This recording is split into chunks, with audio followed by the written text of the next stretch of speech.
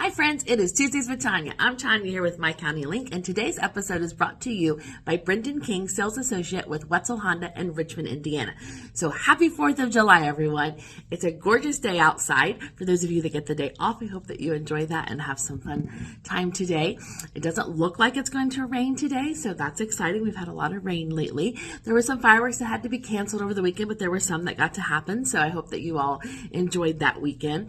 So we're going to talk about what is the 4th of July. So stay with me though, because for what you probably everybody knows, I've got a lot of really fun, cool things that I'd learned as I went searching, because as you're getting to know me, you know I have questions, right? So I delved in a little bit and found out some more things. So I've got my little notes here, so I'm just going to refer to them so that way I can make sure I keep everything on track here. So we're going to talk about that, okay? So it is the 4th of July. So we're going to talk about some facts about celebrations with the 4th of July in our country. So most of you will know that the 4th of July stands for what it stands for and so forth, right? But we're going to talk about interesting facts. So let's talk about what it means for us as Americans. The Declaration announced the political separation of the 13 North American colonies from Great Britain. The 4th of July celebrates the passage of the Declaration of Independence by Continental Congress, July 4th, 1776. The United States of America has remained since then as a symbol of freedom and independence. So that's what most of us know. But as you start kind of delving in, like I said earlier, and learning some more, I found some other things about the 4th of July for us here. So when that was signed in 1776, there was 25 million people in the United States. So that's how many people were there at that time. And then also, while Americans celebrate, because if you go on like who celebrates 4th of July, and it talks about the Americans and so forth. Also, I read, though, that American Indian veterans in particular were welcomed home as modern-day warriors. The Navajo tribe of Arizona and the Pawnee of Oklahoma are two examples of tribes that have the 4th of July as an occasion to honor their tribal veterans. So that's how they celebrate the 4th.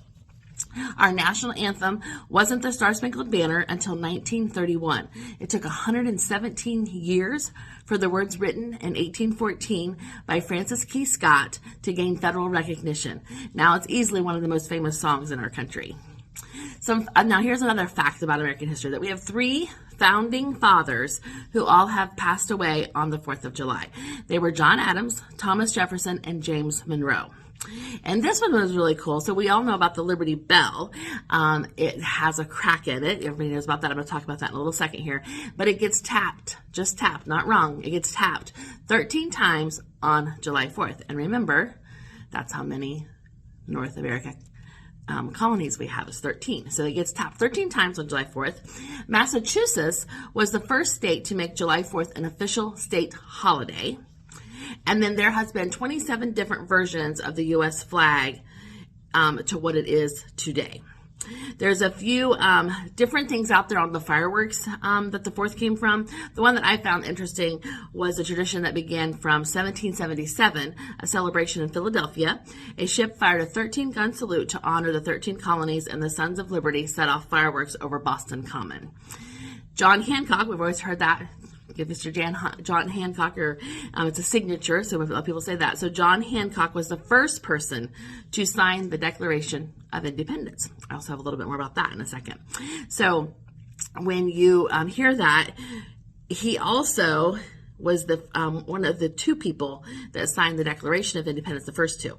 So despite what you might think, there was only 2 people that signed the Declaration of Independence first, John Hancock and Charles Thompson. The rest of the delegates did sign in the weeks that followed, but they were the first 2 that signed it first.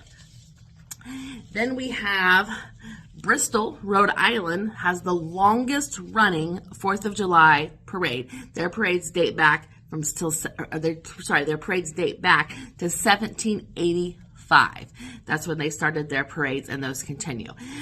So the proper way to fold the flag, there's directions, you can find them online and so forth, but it ends up being in a triangle, and it replicates the iconic tricorn hat that the soldiers wore in the Continental Army during the Revolutionary War. So that is where that signifies together.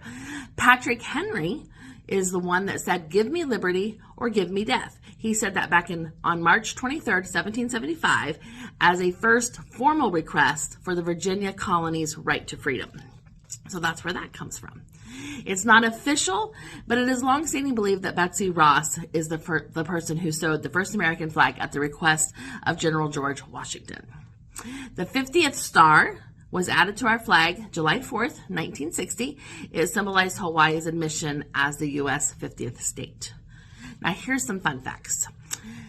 About 150 million hot dogs are consumed on July 4th. That's a lot of hot dogs, which is around 30 million pounds of hot dogs. So where did this begin? Well, I'm thankful that this isn't how we do it today, because I think, oh my goodness, but this is how it started. So it's usually connected with the Nathan's famous 4th of July hot dog eating contest. So it began over a century ago. The first unofficial contest took place July 4th, 1916. It began with 4 immigrants competing to determine who was the most patriotic, and now hot dogs eating contests are mostly wide known as a 4th of July tradition. So again, let's be thankful that that is not how we do that today. The One World Trade Center, it was designed to be 1,776 feet tall, so 1776. So it represents the year that we declared independence. So while, of course, that went down in the terrorist attack on 9/11, I still found that to be interesting. I'm not sure. I had never heard that before, so I thought that was interesting.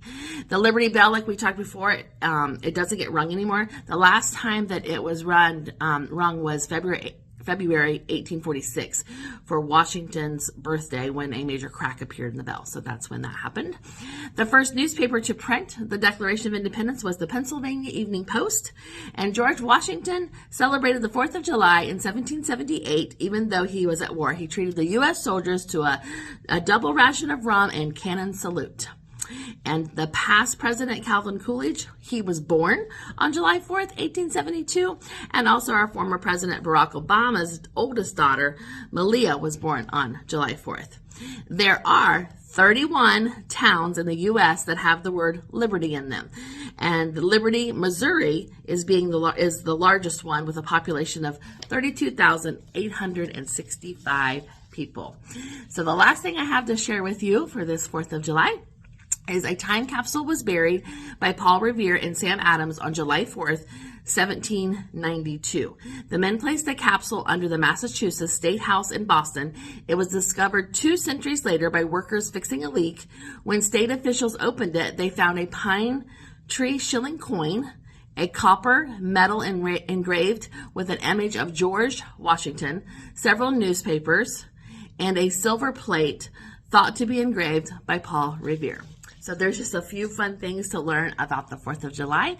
So thankful to live in the United States of America. So celebrate this day, and we'll see you next time as we keep visiting people, places, and things. And again, a thank you to Brendan King, Sales Associate with Wetzel Honda in Richmond, Indiana. Have a great day, everyone. We'll see you next week.